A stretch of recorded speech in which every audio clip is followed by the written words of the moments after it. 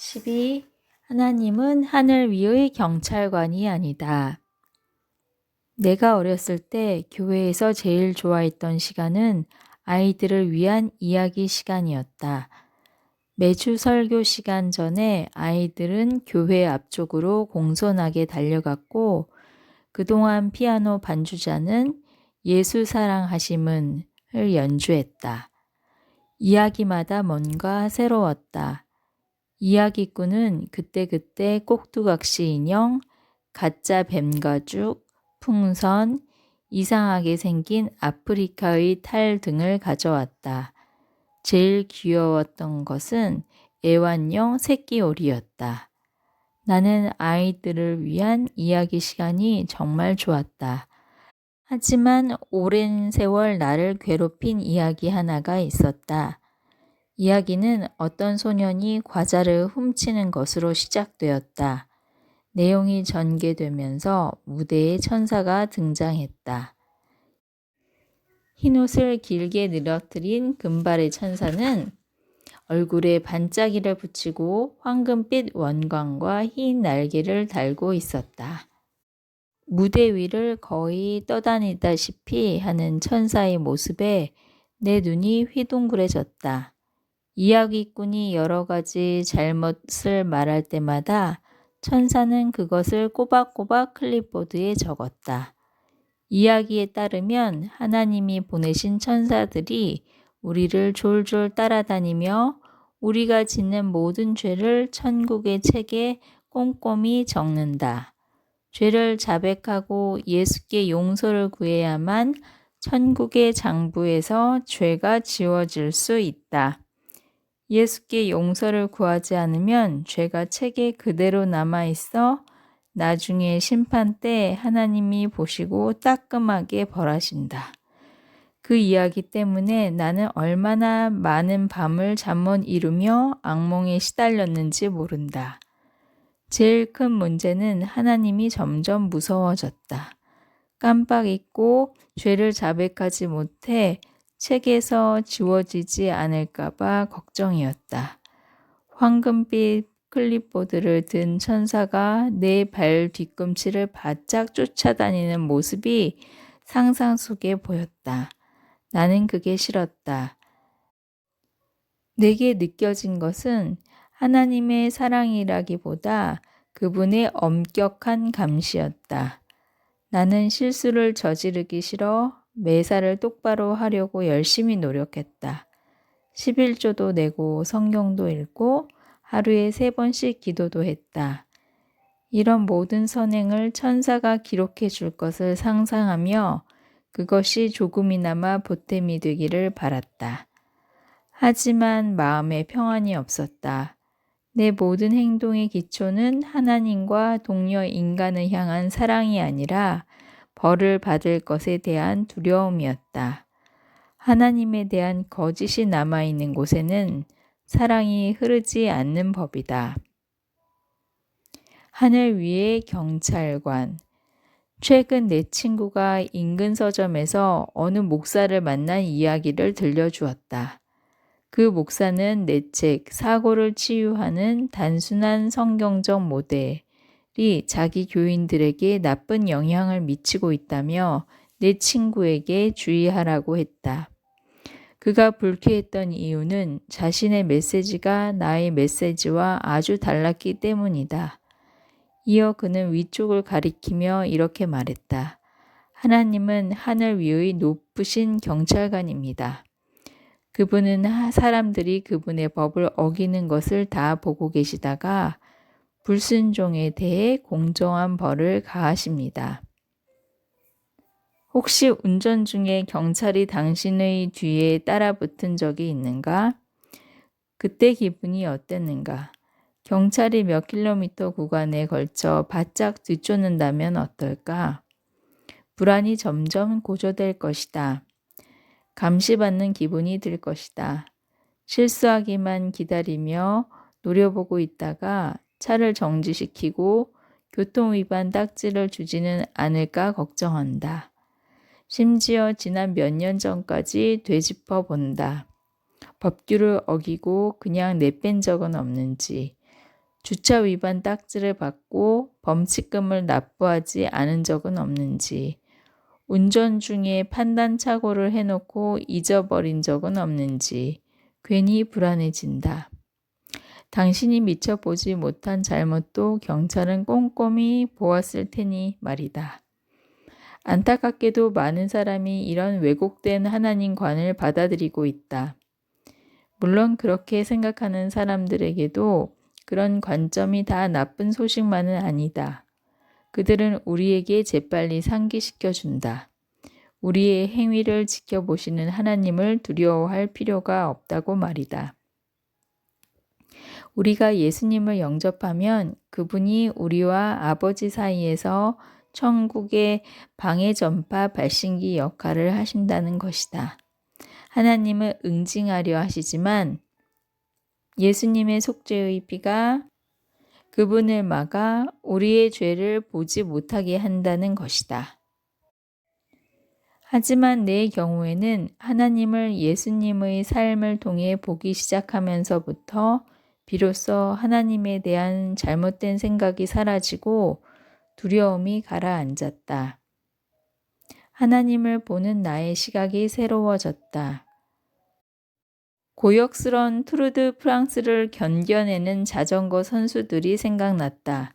경주 내내 자동차 한 대씩이 각 팀을 따라다닌다. 혹시 누가 넘어지면 팀원들이 재빨리 거들어 상처를 싸매주고 고장난 자전거를 고쳐 그를 경주에 복귀시킨다.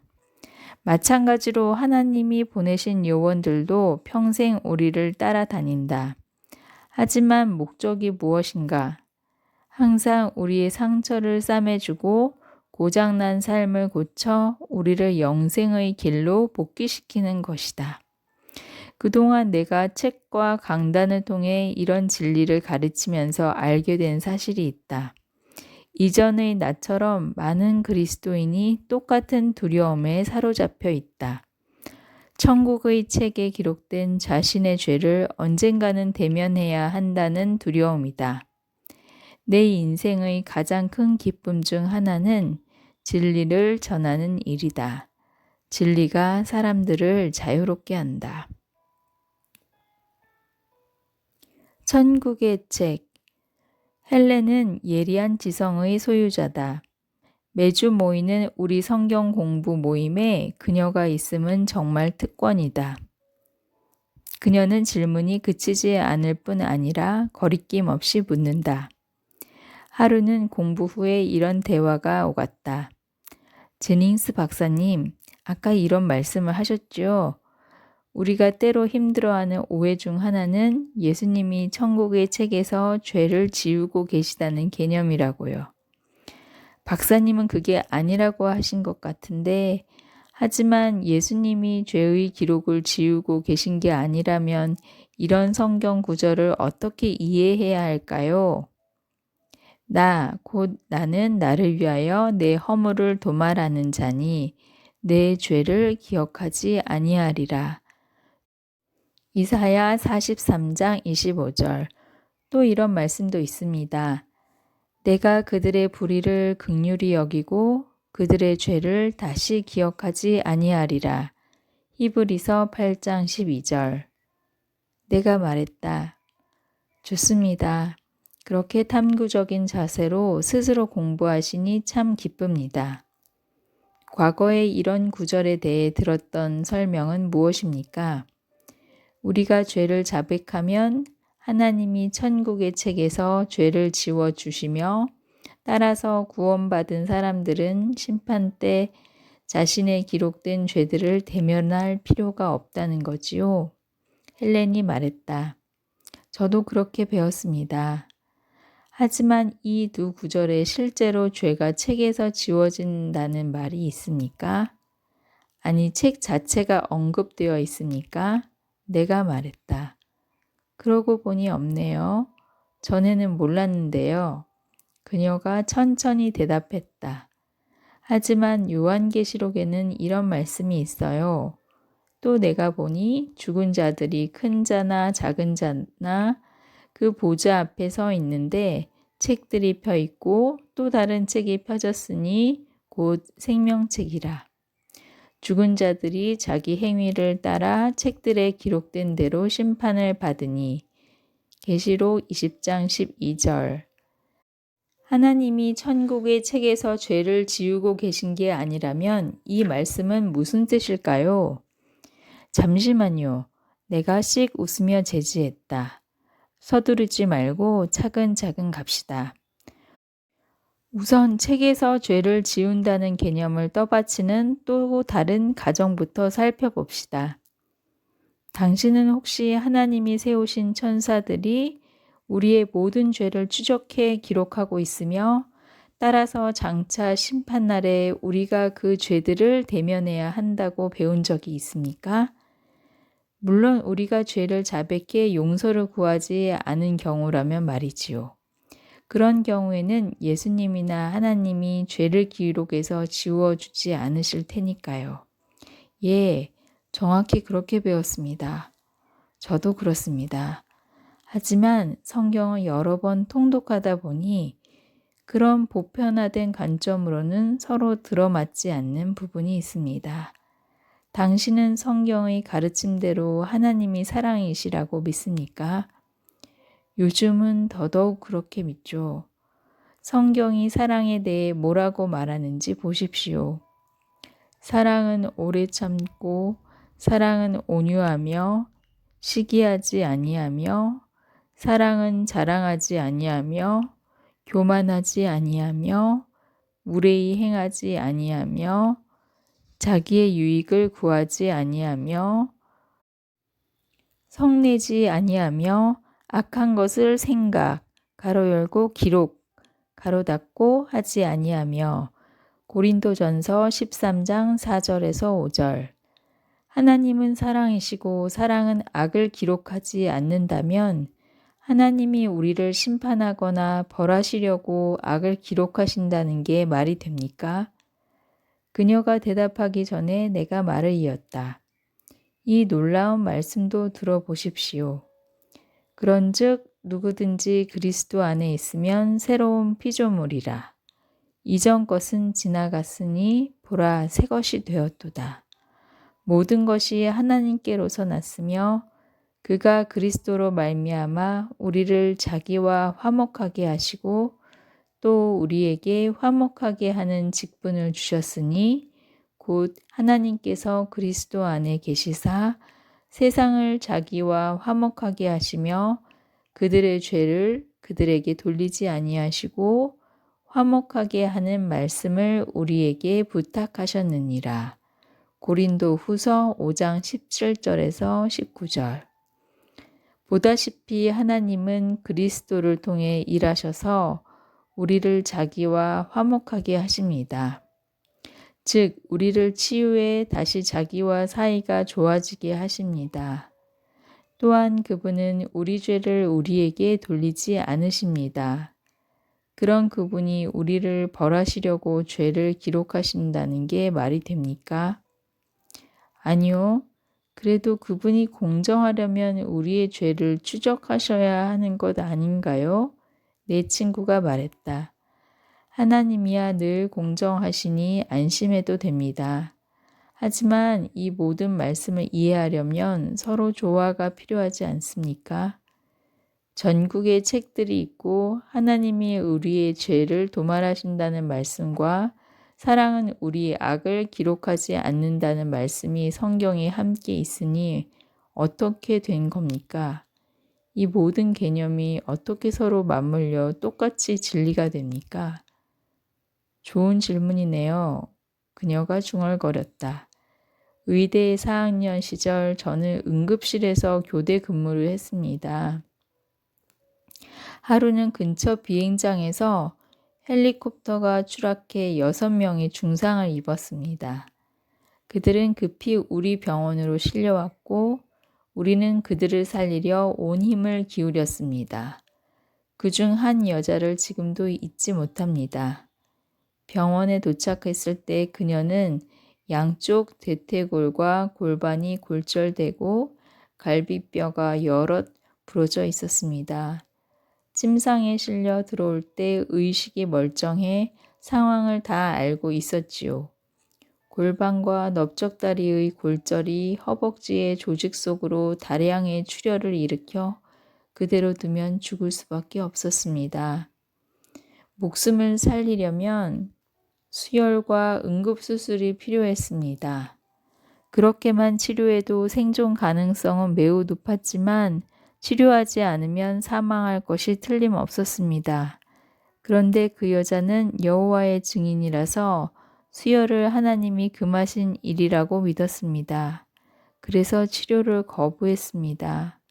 목숨이 서서히 사위어 가는 상황에서 우리는 그녀에게 부탁했습니다.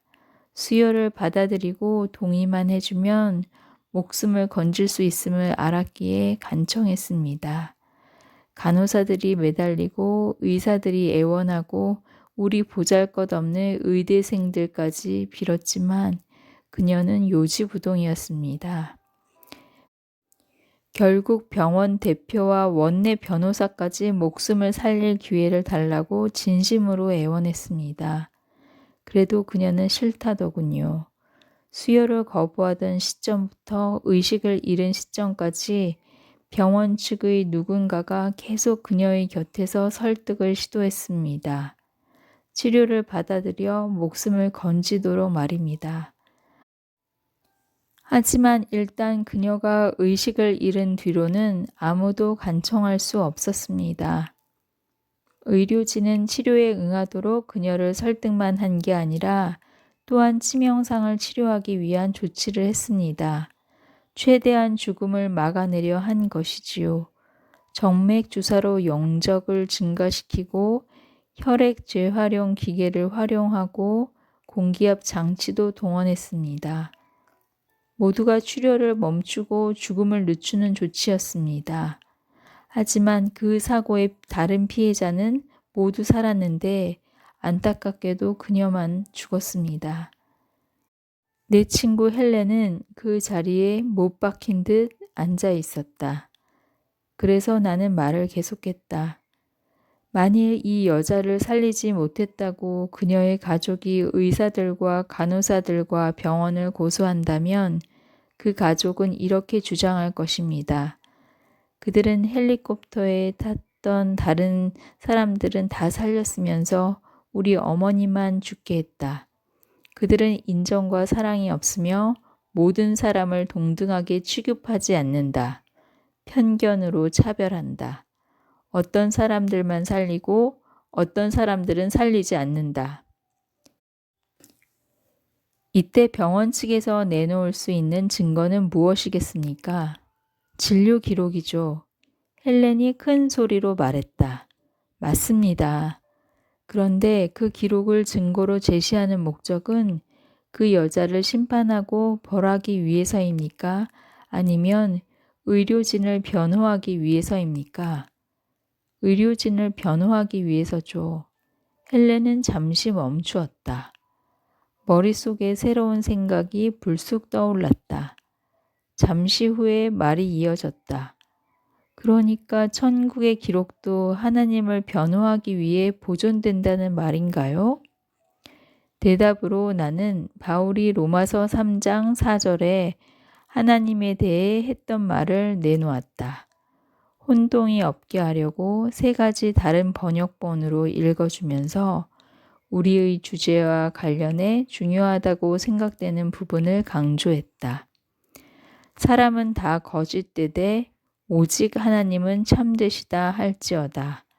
기록된 바 주께서 주의 말씀에 의롭다 함을 얻으시고 판단 받으실 때에 이기려 하심이라 함과 같으니라. 개역 개정. 사람은 다 거짓말쟁이이지만 하나님은 참되십니다. 성경에 기록한 바 주님께서는 말씀하실 때에 의로우시다 인정을 받으시고 재판을 받으실 때에 주님께서 이기시려는 것입니다. 한 것과 같습니다. 새 번역.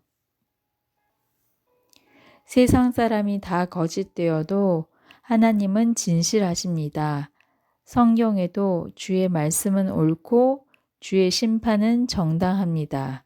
라고 쓰여 있습니다. 현대인의 성경. 나는 헬렌에게 말했다. 수많은 사람의 생각과는 반대로 천국의 기록은 상세한 진료 기록입니다. 우리의 병, 제시된 치료, 우리의 반응이 정확히 기록되어 있습니다. 누군가 의사를 고소하면 진료 기록이 의사를 변호해 줍니다. 진료 기록은 환자를 고소하거나 망신시키거나 벌하기 위해 있는 게 아닙니다. 마찬가지로 우리도 이렇게 이해하면 성경이 서로 조화를 이룰 수 있습니다. 즉, 사랑의 하나님은 우리를 벌하려고 우리의 죄를 추적하는 분이 아닙니다. 그분이 기록을 두는 이유는 우리 각자를 구원하고 치유하고자 그분이 하실 일을 다 하셨음을 입증하기 위해서입니다. 만일 누가 구원받지 못하면 이는 자신이 치료를 거부했기 때문이지 하나님 쪽에서 뭔가에 소홀하셨기 때문이 아닙니다. 그것을 그 기록이 입증해 줍니다. 사랑은 악을 기록하지 않지만 그래도 천국에 우리에 대한 기록이 있습니다. 이 진료 기록은 각 사건의 사실관계를 입증해 주고 우리 하나님이 얼마나 엄위하신 분인지를 입증해 주고 하나님과 그분의 요원들이 잃어버린 죄인 한 명 한 명에게 얼마나 끈질기게 간청하셨는지를 입증해 줍니다. 헬렌은 몇 분 동안 생각한 후에 다른 부분을 지적했다. 그러면 우리 죄를 도말하신다는 부분은 어떻게 되나요? 아까 말했던 구절들은 이것과 어떻게 조화가 되는 거지요? 죄가 발생하는 곳이 어디입니까? 책 속입니까? 아니면 지성적 존재들의 마음과 생각 속입니까?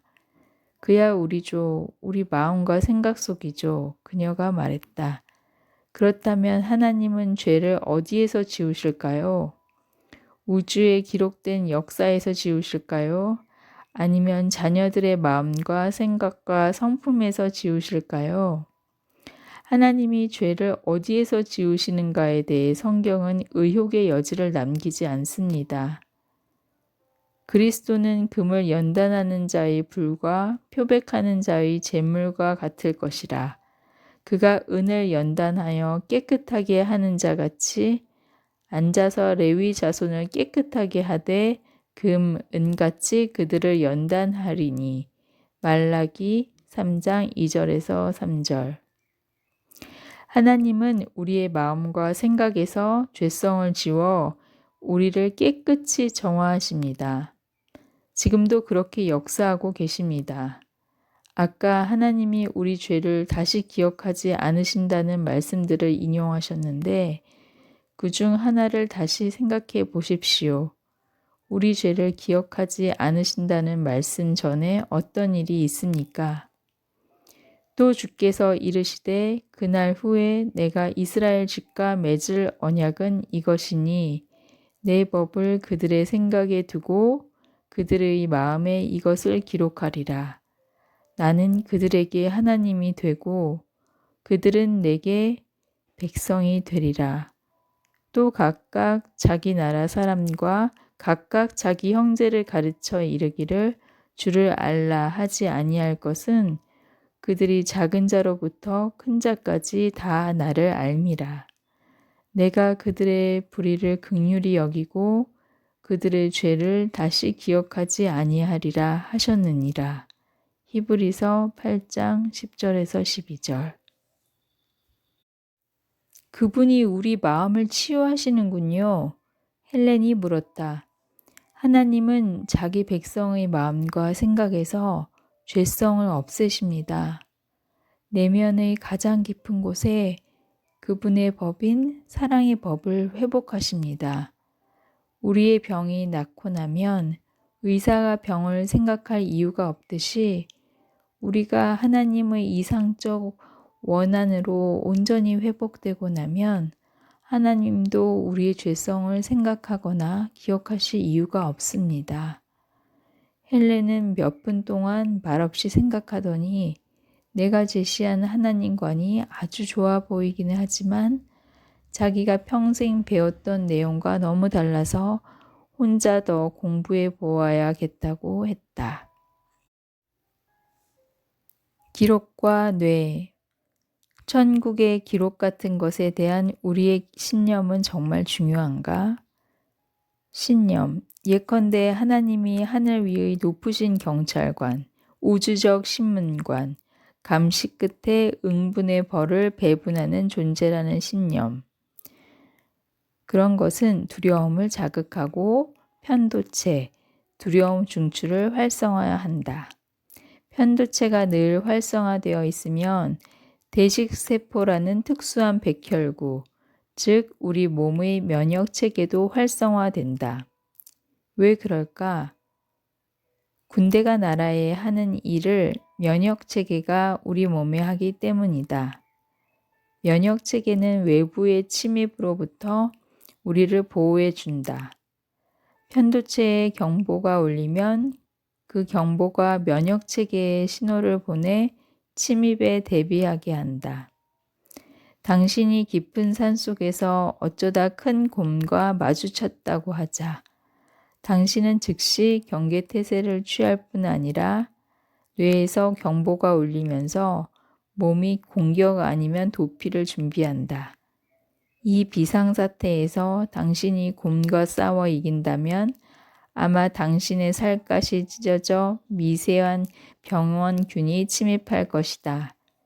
비상시에는 언제나 당신의 뇌가 전투준비 태세로 돌입해 침입에 대비한다. 경보가 울릴 때마다 몸의 면역체계는 공격에 미리 대비한다. 몸의 면역에는 선천성과 후천성 두 종류가 있다. 후천성 면역은 백신 접종을 통해 얻어진다. 백신으로 항원을 투여해 체내에 침입하는 나쁜 적을 퇴치하는 것이다. 항원은 각 유기체 고유의 식별부호로 마치 적의 깃발과 같다. 백신을 투여하면 면역체계가 깃발을 보고 적을 감지한 뒤 그 침입자에게 맞는 항체를 만들어낸다. 항체는 저격병의 역할을 한다. 앉아서 그 특정한 적을 기다리다가 적이 침입하면 그 적만 골라서 죽인다.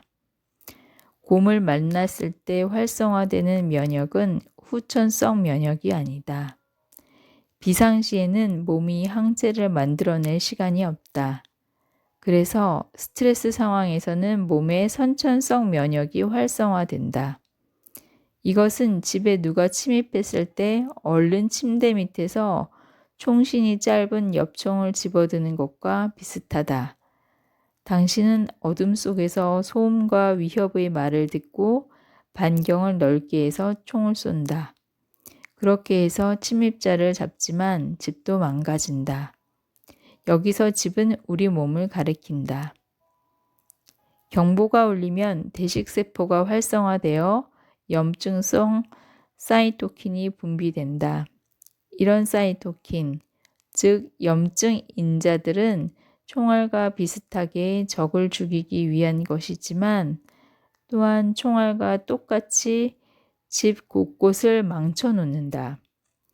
우리 뇌에는 스트레스 호르몬이 충분히 분비되었으니 이제 그만 요청하라고 일러주는 신경세포들이 있는데 만성적 활성화, 스트레스 상태에서는 사이토킨이 그 세포들을 훼손한다. 해마신경세포의 글루코코르티코이드 수용체들이 공격을 받아 119 교환대의 반응 억제 기능이 상실된다. 그래서 119 교환대는 스트레스 호르몬을 더 많이 요청한다. 그 결과 혈당과 심장 박동과 혈압이 올라갈 뿐 아니라 스트레스의 다른 여파들도 더욱 가중된다. 동시에 사이토킨은 체내의 인슐린 수용체를 훼손해 몸이 포도당을 흡수하기가 더 어려워진다. 이렇게 스트레스가 장기적으로 활성화되어 있으면 종합적 연쇄 반응으로 제2형 당뇨병, 비만, 콜레스테롤과 중성지방 증가, 골감소증, 심장마비, 뇌졸중, 궤양, 감염, 염증성 질환 등의 위험이 커진다. 사이토킨은 또한 고통의 지각을 높이고 뇌의 신경 전달 물질을 방해한다. 그래서 만성 스트레스에 시달리는 사람은 대개 기력과 의욕과 집중력과 식욕의 저하, 아픔과 통증, 수면 장애 등을 경험한다. 두려움을 유발하는 신념은 진실로 우리에게 해를 입힌다. 개개의 신념이 벽돌처럼 모여 궁극적 하나님관을 이룬다. 벽돌, 개개의 교리적 신념이 잘못되어 있을수록 하나님과는 더 왜곡된다. 하나님관이 왜곡되어 있을수록 뇌의 두려움 회로가 더 활성화되어 우리는 하나님의 치유 계획으로부터 점점 더 멀어진다. 그렇다. 하나님에 대한 우리의 신념은 정말 중요하다.